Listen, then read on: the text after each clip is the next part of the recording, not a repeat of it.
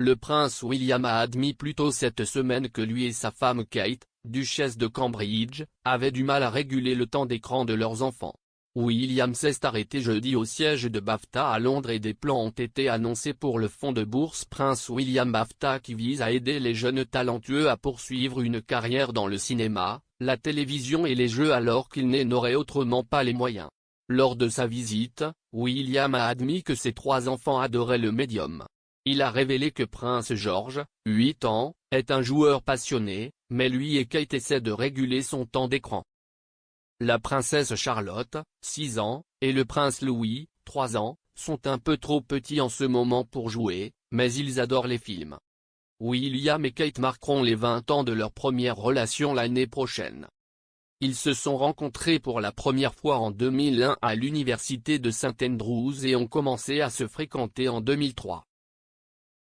Ils vivaient ensemble avec 2 autres amis dans leur 2e, 3e et 4e année d'université. Mais les choses auraient pu être très différentes si William avait fait ce qu'il voulait. William s'est initialement inscrit à l'université écossaise dans un cours d'histoire de l'art.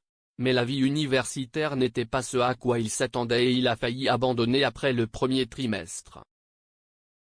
L'auteur royal Katie Nicholl a écrit dans son livre Kate, The Future Queen que William a eu des discussions avec son père et ancien maître de maison Hayton, le docteur Gailey, pendant les vacances de Noël.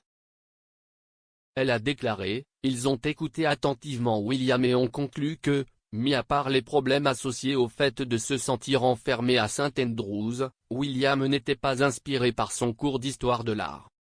Après de nombreuses discussions, au cours desquelles son père a partagé ses propres expériences difficiles d'adaptation à la vie de premier cycle à Cambridge, et son grand-père, le prince Philippe, a émis un avertissement caractéristique de s'incliner et de ne pas s'effondrer, il a été décidé, en collaboration avec l'administration de l'université, que William reviendrait à St Andrews en janvier 2002.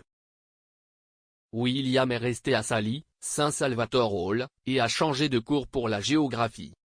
Madame Nicholl a ajouté, cela semblait être un bon compromis, et William se sentait décidément plus optimiste quant à ses jours de premier cycle à venir.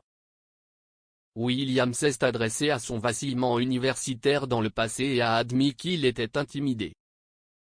Il a déclaré, mon père était très compréhensif à ce sujet et s'est rendu compte que j'avais probablement le même problème que lui. Nous avons beaucoup discuté, et à la fin, nous avons tous les 2 réalisé, j'ai définitivement réalisé, que je devais revenir.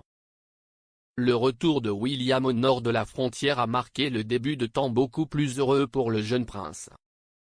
Mars 2002 a marqué l'un des événements les plus importants du calendrier de St Andrews, le défilé de mode.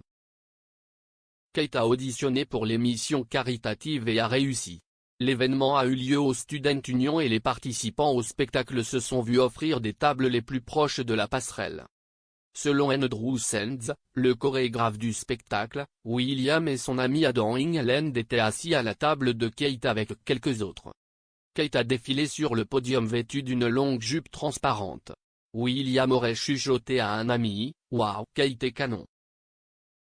Les étudiants sont allés à diverses after-parties, William et Kate se retrouvant tous les 2 à la même fête au 14 Hope Street.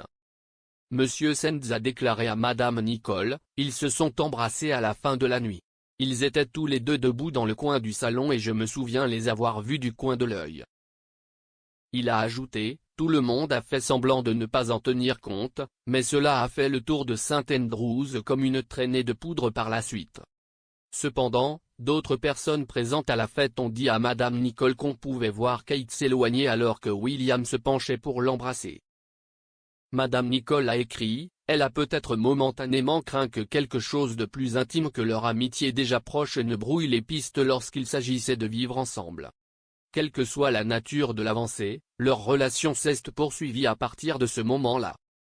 Charlie Moretti, l'organisateur du défilé de mode, a déclaré à Madame Nicholl, « Je pense que le défilé de mode a fait d'eux le couple qu'ils sont aujourd'hui. J'ai toujours été certain qu'ils seraient ensemble et peut-être que le défilé de mode a été le moment de cristallisation. »